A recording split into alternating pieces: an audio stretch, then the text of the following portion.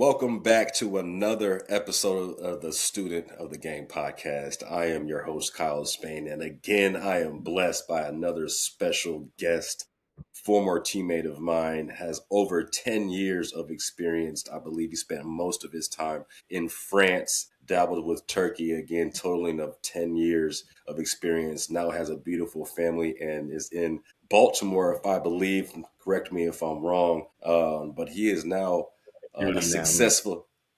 Okay, he is a real estate agent doing well for himself and his family. Welcome, my man, Darnell Harris. What is going on, brother man? Brother Appreciate you, man, how brother. you doing? Appreciate you for having me, man. Man, I appreciate you jumping on and coming on to share your story and your experiences. As I mentioned before, I already know that you have a lot to give. But specifically, some things on my mind. But we'll get to that in a moment. But I just wanted to start off, man. What got you into basketball in the first place, and how did all that transpire? Well, I started early, man. I started playing ball when I was 8 years old. My dad took me to the gym and, just threw the ball at me. I caught it and just took a shot and it went in. So, with form and everything, I never shot a basketball before. And, my dad saw something in me. So that's where it all started. Man, right on. What was your basketball what was basketball like leading up to high school? I mean, starting out, it was rough. I mean, you don't learn too much. Well, you learn, but the teams that I were on, we would lose. We would lose almost every time we played, bro. And Dang, I that's was tough. I was a little sensitive, so I would cry after every game that we lost. We lost so much, I just got used to it. Yeah. So at that point, I just wanted to get better, get better so we could start winning. And then that time actually came.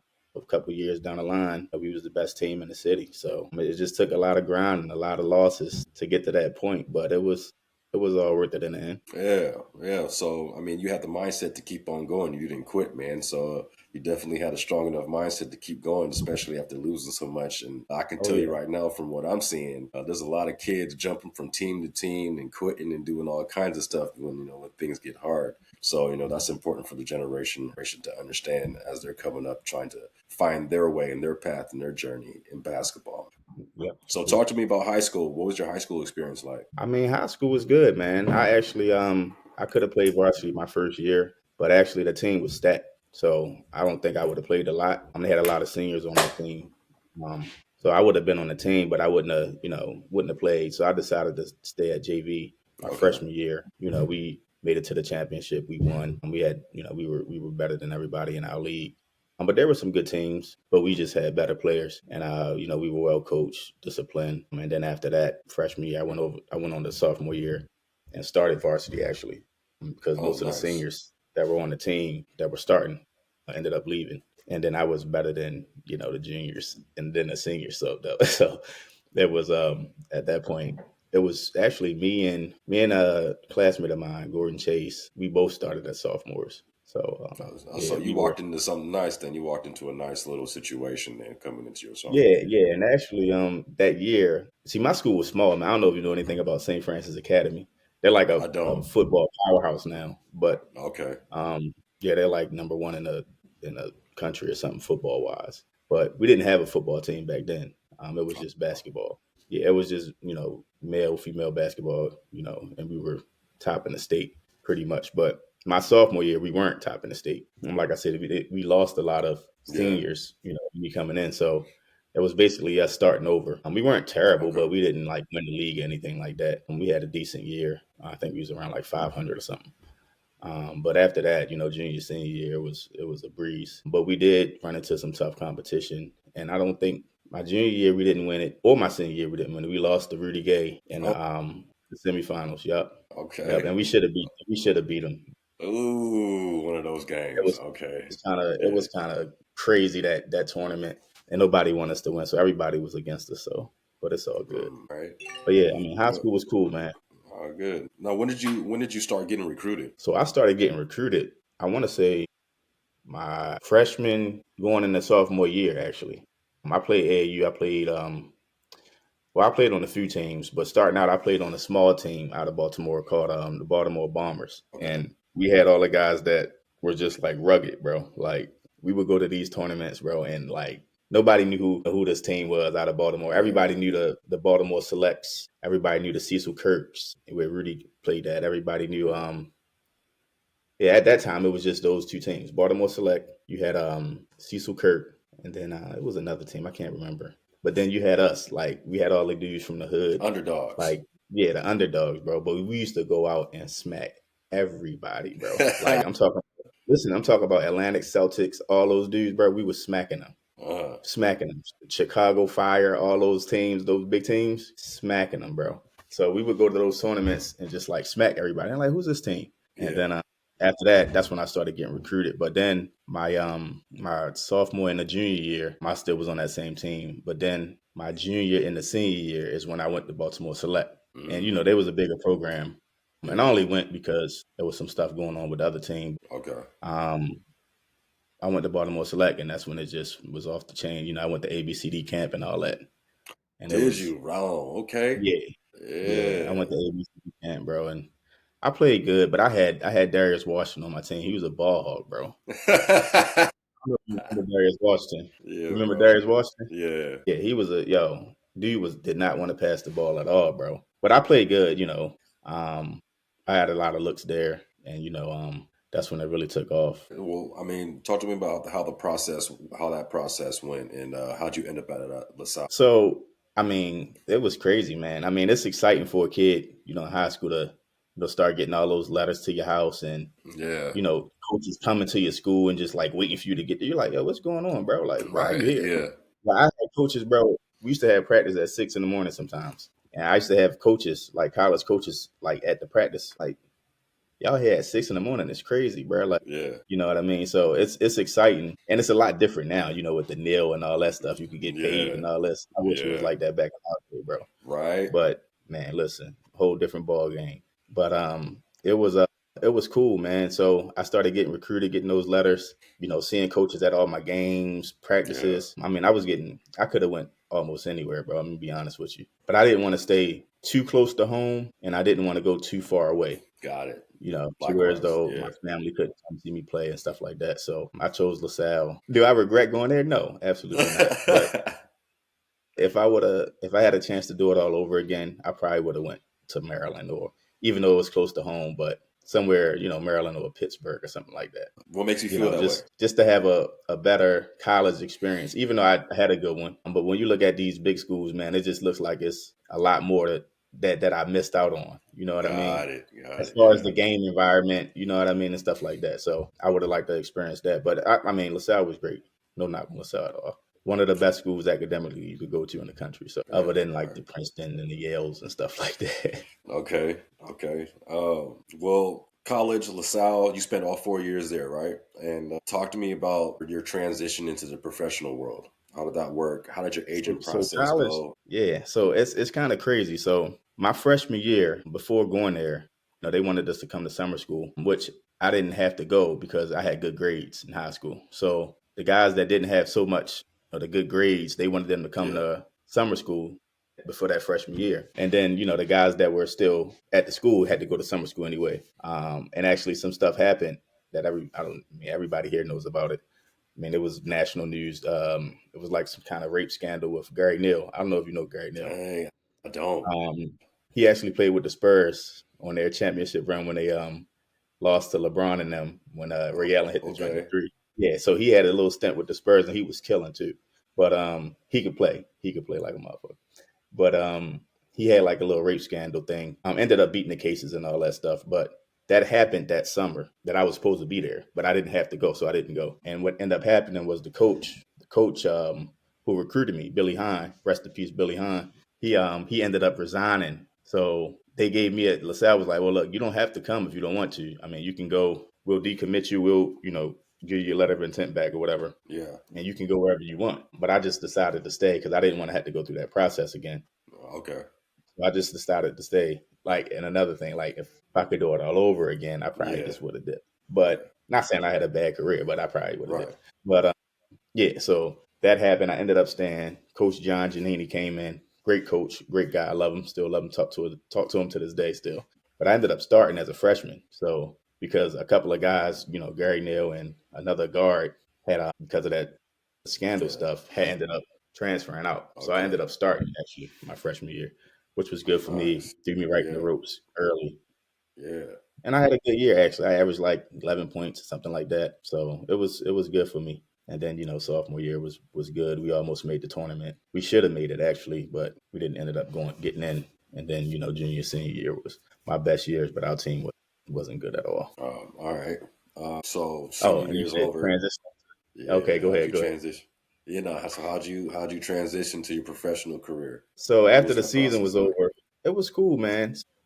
I had some coaches, rest in peace, Coach Fuller, another coach of mine up there that had passed. He had recommended me to a Asian guy, Jeff Slade. He was cool. And then I had met with Andre Buck, who was another like big Asian in Philly, who had a lot of NBA guys at that time. He was working under, I think he was working under Leon Rose at that time, who's like a big, I think he's like the executive for the Knicks now or something. But he had a big agency, and I had met with him, and then I had some workouts with the Knicks, the Wizards, the Supersonics. Damn, it's how we old, bro. The Hey, Supersonics, Supersonics is crazy. the Supersonics, the Sixers, and what was it? It was another team. I think the Pistons or somebody. So I had some workouts. I got invited to mini camp with the Wizards, and I didn't make it. I got cut. But it was cool. It was a cool experience. I actually played well, but they said I was a tweener. So they Mm, I can shoot the ball really well, but I didn't play point guard in college. I played shooting guard. So they're like, you're got gonna it. be too small in the league to play shooting guard. You'll have to play point Yeah. guard. They called me a tweener. And a lot of teams, I guess, didn't like that, which I think I probably could have managed. AI did Yeah. it. You know what I mean? And I got a story about AI too. I cooked AI, but that's my man. But Hey, yeah, definitely. for We sure. definitely. Yeah. So I'll let you guys know about it. So then I got cut, and then I started looking overseas where I actually had an offer, a real good offer in Cyprus. But I did some research on the team and talked to a few guys, and they were like, it's kind of like hit or miss, you know what I mean, with getting your money on time and stuff Getting like that. paid. And Yeah. coming right out of college, I didn't want to deal with that. So Yeah. that's how I ended up going to France on a decent deal for a rookie. I mean, back then. I mean, Yeah. now it's probably nothing, but yeah. Man, you spent most of your time in France still, though, huh? Yeah, yeah. So I spent, I want to say 8 years in Yeah. France, pretty much. Yeah. Yeah. Yeah. Yeah. I saw that. I'm like, dang, I was France, and you played a little bit in Turkey too. I saw you played I in played Turkey a, for a season. a year in Turkey. Well, it was like not even a year, probably like a half a year in Okay. Turkey. My first 2 years was in France. I did a Pro A. I was in Chalon, and then I went down to Pro B in Antibes, which was amazing, bro. Like Antibes was nice. I would live there like for the rest of my life, to be honest It with was like that. you. Yeah, Dang, was bro. it that Like was right over on. there? What, the close to It's the Nice south or of France. something like? Yeah, Yeah, yeah, yeah. Right next to Nice. It's right between next to Nice and Nice. Cannes. Yeah. Okay. So yeah, you Yeah. was over there So it living was. nice then. Yeah, it was Yeah. nice. It Okay. was nice, bro. Okay. And then from there, that's when I went to Turkey. I went to a team in Istanbul, and it was cool out there. I mean, it was different, Yeah, but I'm it sure. definitely was cool, man. You waking up at 5 a.m. every day because of the church horns and stuff like that. So That's yeah, crazy. yeah, bro. 5 But you a.m. get They used got they got the horns out. to it. 5 Yeah. a.m. is crazy. Like, man, you get used to it though. Yeah, yeah. That's crazy. All right, But then man. yeah, from So there, go ahead. yeah. No, from there I had actually went to I came back to I went to where did I go? Did I go to I think I might have went to Morocco from there for like 3 or 4 months. And then from there I might have went to Argentina for like 3 days, bro. So a lot of people don't know this. So I went to Argentina and they was paying me good money too, bro. Uh, Like real good money. But I was so used to France, bro. Like I could not yeah, live like not saying that it was yeah, bad, not right. saying that it was terrible, but they didn't give Just me the a weather. car. So I Yeah, had to either catch a taxi or walk to practice, bro. It yeah. probably was like a mile, but it was hot, bro. I'm Wow, a talking about, mile's a long time. That's a yo, I'm long talking about, way. nah, I mean, a mile ain't really nothing, but it was hot, bro. I'm talking about like, yo, bacon. So I'm like, I don't know if I could do this. So I ended up practicing with the team, cool coach. I mean, basically could have did what I wanted over there. Yeah, But my apartment was like when you walk in, it's looked like a regular apartment. Then when you go up and like I had a little balcony, but when I go on my balcony, it was like barbed wire around the whole like complex. I'm like, yo, what is going on, bro? So it felt like I was like in jail or something. I'm like, nah, yeah. bro. I don't know if I could do this. So I went to the coach. I was like, hey, look, man, either y'all gonna give me some kind of transportation to practice, bro, or I'm out, bro. He's like, what you mean? I'm like, yeah, I'm not about to be walking to practice like Every every day, day, like walking back and forth. Like I gotta walk to get the groceries and like, nah, bro. Like, nah. Yeah, They're like, what you mean? I was like, don't even worry about it. So I called my agent. I was like, man, get me out of here now. So that's when he got me out of there, man. I ended up going back to France to Boulazat. man. So, what would you say your hardest challenge was? Like, what would you say your hardest challenge was as far as your professional career? All those things that you had to face. The hardest challenge was Morocco, bro. Like Yeah. those 3 or 4 months, they paid me the first month, and then like I had to fight to get my money, bro. Like, and the thing is, Dang. like we played, like the whole team wasn't getting paid, so the whole team like went on strike. So they had the junior team actually playing our games for like 4 games, bro. My goodness. Yes, yes, and we was going to the game. Yo, they was losing by like 100. It was crazy, bro. And then like the owner of the team was also the mayor of the city. So we like, yo, why aren't you paying What? us our How money? Like, what's going on? exactly? That don't even make Bro, any it was sense. wild, bro. And I just blacked out one day, yo. Like I told the other American dude, and there was like another French, like African dude that was on our team. And I'm like, yo, I'm going to like, cause I ended up finding out where this dude eat breakfast like every day, like his routine. Like I was going crazy, bro. Like this was when I was about to have Oh, my you went daughter. in, So I'm like, yo, yeah, I need this money, bro. So I was like, look, I don't know about y'all, bro, but I'm getting my money. Like I was like, y'all could come with me, or y'all could just sit there and not like get paid. So yeah. me and the other American and the other African dude, we went up. French I was like, African. I know where he get his breakfast and what time. So we went up there like 7:45 in the morning. He get his breakfast every day at the same place at 8 o'clock, bro. We sat out there, and for sure, his car pulls up. He gets out the back. I'm like, hey man, like I just pulled up on him, bro. Like, hey man, we need to talk, bro. Like this is getting out of control. So he invited us in, and we like, look, I'm about to like go home, bro, but I need my money for the time I've been here, bro. Like I need my money. So a few days later, they came, they brought us our money. I booked the flight and dipped, bro. Like season wasn't even Man, over yet, and dipped. I booked the flight to New York. I called my mom and my girl at the time, Jasmine, or wife now, but I was like, look, come get me from New York. I'm on my way home. by any means necessary. Ride. Man, I booked the ride. I booked the ride to the airport. I got on that plane, bro. And mind you, I got cash money on me, bro. yeah. Like, I'm like, how the fuck I'm gonna get all this shit home? Like, I No, got some of it in my bag. I'm scared to put all of it in my bag because I don't know if they're gonna go through my bag and take my money. yeah, So I got like 9,000 on me, like yeah, in my underwear, like all kind of shit. Like the stories that yeah, you hear, yeah, bro. that I actually was doing that. Yeah, it's a thing, bro. It's a thing for sure. Yeah, trying to get That that money back home. So listen, man, that was rough out there. And then when I got home, they ended up calling me, blowing my email up, calling me. My agent that got me there, the guy that got me there, kept calling. I'm like, man, what y'all want, bro? yeah, They're like, man, they need you to come back to play the playoffs. I'm like, I'm not going back there unless they send me my money up front. I'll yeah. go back and I'll play those 2 playoff games. They sent me the money, bro. Stop They sent me the, playing. not even joking. They sent me the money. They sent me and the other American the money, and we went back. They put us up in the hotel, and we played those 2 games, bro. We won both games, and then when I went back home, bro, Well, it at was least at least it ended nicely. At least they gave you your it bread, was bro. So, it was no, crazy, bro. It was crazy, man. man. And it All kind of right. worked out because when I got home, my daughter actually came a month early, bro. Dang, okay, so you was able to Yeah, make so you I was able to be there for that. Yeah, man, dope, dope, right? crazy. That is crazy. That's wild, man. So I mean that's good for these. I mean that's good perspective though for these athletes. Going to go play overseas. Spend.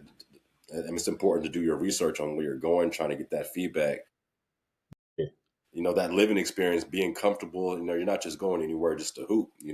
Life outside of basketball, you got to be comfortable with where you're at in order for to sure. perform well. And that's important for these kids to know, especially with where they're going. Money's not everything, right? And so you already have some experiences and stories to share with that, man. Talk about mindset, man. Like, how important is it for mindset, and what was your contributing factor to your success? I mean, it's not for everybody, man. I mean, to play overseas, but basketball in general, man, you got to be mentally tough. But to be away from home, and a lot of these guys, starting out for sure, you're gonna be by yourself, bro. You're not bringing. no one with you. When I was over there in the beginning, I was alone, bro. All you got is, your teammates and probably another American or two on your team that you rock with, that you could probably be around with all the time out there. But you're alone, man. So you Yeah. gotta be mentally tough, man. But it helps you a lot in life as well, because if you could figure it out that way while you by yourself down the line, you'll be able to figure out a lot, especially coming back home where you're comfortable at, and if you ended up having a spouse or a partner, so where you could figure it out together. Yeah. So I kind of like leads into my next question. What did you get out of basketball that translated into real life or to life after basketball? There's a way, bro. Like there's always a way. Basketball, it brought me around the world, see a lot of different things, meet a lot of different people, man. And, even through the worst parts of my life, there's always sunshine on the other end, man. You just gotta keep fighting for it. So that's one thing basketball taught me, was no matter what, you're gonna lose at some point, bro. Like it's nobody wins all the time in life, bro. You're Yeah. gonna lose. It's all about how you bounce back. So think that's really important, man. Yeah. So, I mean, you played 10 years overseas, and from the outside looking in, you had a pretty good career. And, what would you say led to that success? How did you work on your game? What was your work ethic like? So, well, a lot of people don't know that. So, obviously, because you played overseas, but you usually practice, once or twice a day. Yeah. You might have some weight training in there somewhere, but I mean, you're in the gym, once or twice a day. And then a lot of times, you have access to the gym. You can go in there by yourself if you want. But I think for the most part, for me, it was, when I was there trying to make the most of that day, and focus on what I had to do to help the team. Um, Mm. for the task at hand. You know what I mean? For the next games. In the beginning of my career, that was important. But, as I played and got a feel for everything and got used to everything, it was times where I could, you know, breeze through a practice or something like that if I wasn't, mentally in it or Yeah. physically in it, and still make it through. But I still gave it my all every day, whatever I had. Man, I want to piggyback what you said. You said what you could do for the team, and I think that's important for hoopers to understand, and not even just professionally, but any team that they're playing for. The approach and the mindset going in. Are you going into it trying to like me? Can I get X amount of points? And of course, everybody wants to score. But I love that you said you went in there thinking like, well, what can I do to help the team win? Versus what can I do to get my stats up and make me look good potentially so I can get a good contract. So I wanted to point that out that if you can go Yeah, into a game with the approach and the mindset of helping the team win, I feel like it takes a lot of pressure off of trying to perform at a level um, that everyone likes to perform at. Because you're not going to have a great shooting night every night. So what are you going to be able to do when you're having an off night, right? So I love that right. you said that. So what does it take nowadays for a basketball player to be elite and to get recognized? Man, see, I wouldn't even be able to tell you too much about that, man. Like the generational factors are so different from when Yeah, we grew up versus now. absolutely. Like we didn't have the social media, we didn't have the everything that these kids have now. So it would be hard for me to speak on that because it's not the same experience we had. It's But not. if I was playing right now, to get the most exposure, you have to be on social media. It's all about who you know. It's all about who you're friends with. Um, it's back in the day, it was more so we had to come see you play to recognize you. Yeah, Now we could just pick up a phone like and watch somebody play. You see what I'm saying? So yeah.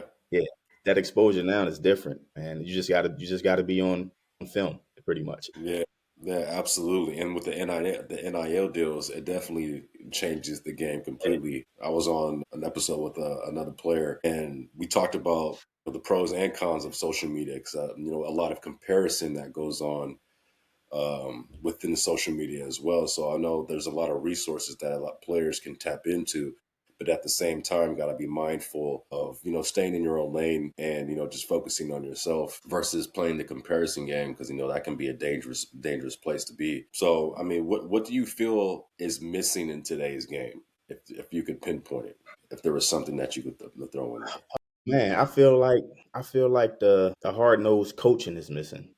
Mm, Like I feel like these kids have too much control over the game, over what's going on. yeah, because of the NIL, because of Man, the stuff like that. Some of these kids are making more money than the coaches, bro. yeah, that's crazy. It makes no sense, but that's just how it evolved, man. I mean, these coaches got to give into that now, and I've talked to a lot of coaches about that, and it's real, bro. Like it's real. Like these kids, Dang. because they're scared to lose them. They'll Right. go just go transfer It's an somewhere investment else. now. Yeah. Yeah. So Man, so it's it's it's like it's different. professional in college now. It really is a Yeah, business. bro. Yeah. Yeah. Dang. Man, so I was just on an episode with the coach and we were talking about, just the differences in the structure and the approach of the NIL deals. And I wasn't even aware, and I believe it that, these players are getting paid more than the coaches. And so with that, it's just, especially at a young age, egos and attitudes and all kinds of, Yeah, man. that's just completely changing the game. How do you think that's going to affect? How does that affect their future? How does that affect the game entirely? So if you look at it, if you look at like even if you're watching some of these games, right, you'll rarely see a coach yell at a kid, bro. Like when we were growing up, we got yelled at all the time for making a mistake, right? Yeah. And that just was part of coaching. We accepted that. Now it's like, nah, we're not having that. But to answer your question, what was your question again? I kind of went off track. Well, how does that impact the game? I mean, you got With the you got NIL stuff, so I think it impacts it a lot because now when you go, these players have so much control now in college, right? So now let's say when they go to the league, now you're in a pool of people, everybody's is at the same stature as you. So exactly. and these coaches don't care. Like they look, we ain't with all that. Yeah, Yeah, but we bro. will get you out of here, bro. You know what I mean? Yeah, So that's where it affects it at. So these kids got to stay coachable. They got to stay, that's it. hard nosed with their mindset on what they got to do, and just be coachable pretty much. Yeah, Can't get that over the top feeling that they're better than everybody or better than exactly. what the coach can tell them pretty much. Man, and it's easy to do that when you're 18, 19, 20 years old. You haven't even experienced life yet. You haven't even really, not to say that kids don't go through hardships when they're that young, but you're not Yeah, fully developed yet, man. And I can definitely see the backlash on the other side with having that mentality. But staying humble is an important factor when you're on those levels. You got to keep your head on straight for sure. yeah. And Yeah, one kid that I want to point out, like Cooper Flag, bro. Like if you look at this kid, I don't know too much about him, but other than reading articles yeah. and watching his game, Duke was probably the best decision for him, bro. Because Uh-huh. at Duke, you can sit your ass down. We got two more dudes that's Yeah, probably not as good at you, but they'll hold their own. So yeah, it kept him hungry and it kept him yeah, coachable. You see what I'm saying? yeah, So I think like schools like that, like a college like Duke, or where they got that hard nosed reputation, is good yeah. for these kids versus Yes. going somewhere where they can just run over everybody. Yeah, man. It's like having an undisciplined child. Yeah, That's yeah, crazy. Man, that's nice. That's yeah. good perspective, bro. Man. So there's a couple of things I wanted to talk to you about. If you could go back and do it all over again. You ended 2018. If you could go back, but besides, choosing a different school at LaSalle, with all that you experienced, what would you go back and do differently? What would I go back and do differently? Unless there was nothing. I mean, I would definitely save more money. yeah. Yeah. I would definitely, I would definitely save more money. That's huge. Not overly spend like I did on things that I really didn't need. Talk about the importance of that, man, because this is what the student of the Listen, game is man, about, man. Especially with these NIL deals. These kids, as put ignorant some as money they, up. You got to put some money up, man. And your money is not yeah, going to do nothing but make you more money if you yeah, don't touch it. And that's one thing that I knew. I knew it. I was a business major in college, bro. I knew everything about the laws of money and everything. And when I got the money, I just didn't follow it. Now that I'm older, of course, you want to implement those things. But it's a lot of struggle. Like you said, it's a lot of struggle that I had to go through as well, transitioning from basketball to the real world. Even though I knew I wanted to do real estate, I yeah, knew I wanted to do real estate in the beginning once I started playing basketball when I was done. But if I can do it all over again, I would have put more aside to help launch what I'm doing now. Even though I'm doing okay, it took a while for me to get here. Versus if I'd have had that money up front, saved already, I could have yeah. just transitioned right in. You know what I Man, mean? that's huge. It's crazy for you to say that because I remember you to be studying, and that's gonna be one of my next questions. Is like, when do athletes? When is it too early, or is it too early, or when do athletes start thinking about Never, life after the game? never too early, Right? bro. It's never too early. Exactly. It was a rhetorical question, but I remember you studying for your real estate license when we were in season, and I was like, Yes, sir. man, like that was. I'm like, this dude is doing this right. You're in France studying, and I was like, man, he's studying for this thing. And there was obviously I didn't really have any other avenue. I was still just focused on basketball, trying to maximize my career. For Feeling like sure. I deserved more than where I was at. So I mean, talk about the importance of that, man. Because that was like my star question for you because I think that's one of the biggest parts that athletes need to understand is that basketball will come to an end. And like I was talking to one of my coaches yesterday, and I was like, as an athlete, as a hooper, you need to consider yourself as in like the university of life, and basketball needs to be your major, and then you need to have your minor, which was Mhm. real estate for you or whatever else it is. And so, talk about the importance of that, man. And because these kids, Yeah. basketball, especially when you start at 8 years old, basketball becomes your identity and it's often all the focus and you lose sight of what else is important. So having said that, Yeah. you said you had a hard time transitioning out of basketball as well. Talk about that. So it's funny, man. I asked my son, my 8-year-old son, the other day. I said, "What you want to be when you grow up?" He said, "A football player." I said, "Okay, cool. What if that don't work out?" He said, "Well, maybe basketball." I said, "Okay, cool. What if that don't work out?" He said, "Well, maybe baseball." I said, "Look, bro." I said 95% of the people that think they're gonna be in the professionals, bro, they don't make it, bro. You got to have a backup plan. Obviously, like I said, I wanted to do real estate, no matter what. When I was done playing balls, like you mentioned, like when I was overseas in Danang with you, in the back of my mind, I can play, another 10 years. But I also felt like the urge, the grit, and I don't know if it was the nine or it was just, it was just that time in my career. But my and I'm just keeping it real with you. My urge for the game, like it was there, but I didn't care too much for the game. Like, I would still come out and give it my all, but I Yeah, didn't. I could feel it coming to an end. yeah, You see yeah, what I'm saying? So yeah, that's what I was like. All right, I need to hurry up and study for my exam, which was cool because I can do it over there. I can take my classes online, and I actually yeah, could final exam online for the class. And then once I got home, you take the state and the national test, and then you get your license. So that's what I did. I actually got my license, and like I said, this real estate is a tough market to get into, especially if you're just starting out and don't know what you're doing. I had no experience, but luckily I had a guy who did have experience that I grew up with. So I ended up joining that brokerage and the team that he okay, was on. He showed me the ropes. My first year I made 30 grand, bro. Like that's nothing. That's yeah. nothing in real estate. But a lot of agents make that's been in the game for 20 years, bro. Like they're still Dang, making so 30 it is grand. tough. Yeah, so you gotta put the work in. Yeah, But after that, I did well, man. So yeah, it was more so of me knowing, my time was running out, and I had kids over there. I didn't want them to stay over there too long, and start right. school and be behind when they came back. My wife was there, so it was. I just knew my time was coming to an end. And actually, when I came back from the nine, that season was over. I actually went back to France to Yeah, Fos, so false. Mare. Yeah, I played with Noe again, you and play with Fos. I no stayed way there again. Okay.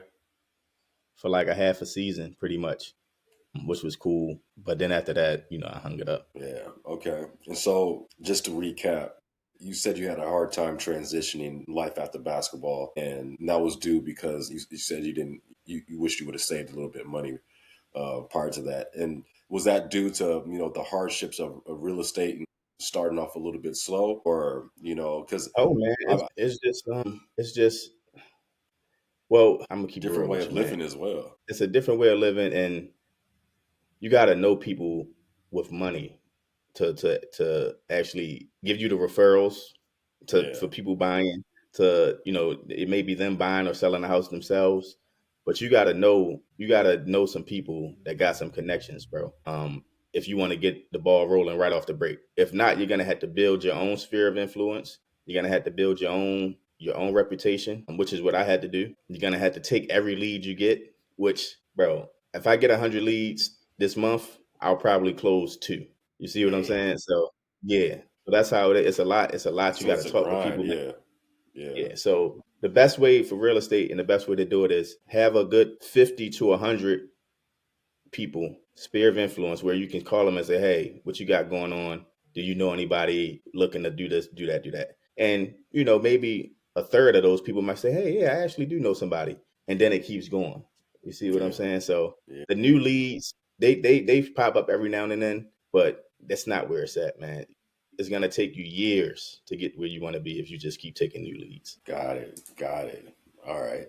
What's something that you wish you would have known going into your professional career? Basketball wise, Yeah, or off the, I mean both, basketball wise and off the court wise. I mean, because they really go hand in hand, man, because we like to talk about off the court stuff, really affects, on the court stuff, you know what I mean? So, I mean, yeah, both life yeah, lessons. life lessons, man. Yo, man, like as far as basketball, like us as players, like you said before, we didn't want it to we don't want it to come to an end, bro. Yeah, But if we face that harsh reality in the beginning, like look, it's gonna end, bro. It's gonna end yeah, at some point. it has to. It would have forced me to put some money away and be smarter.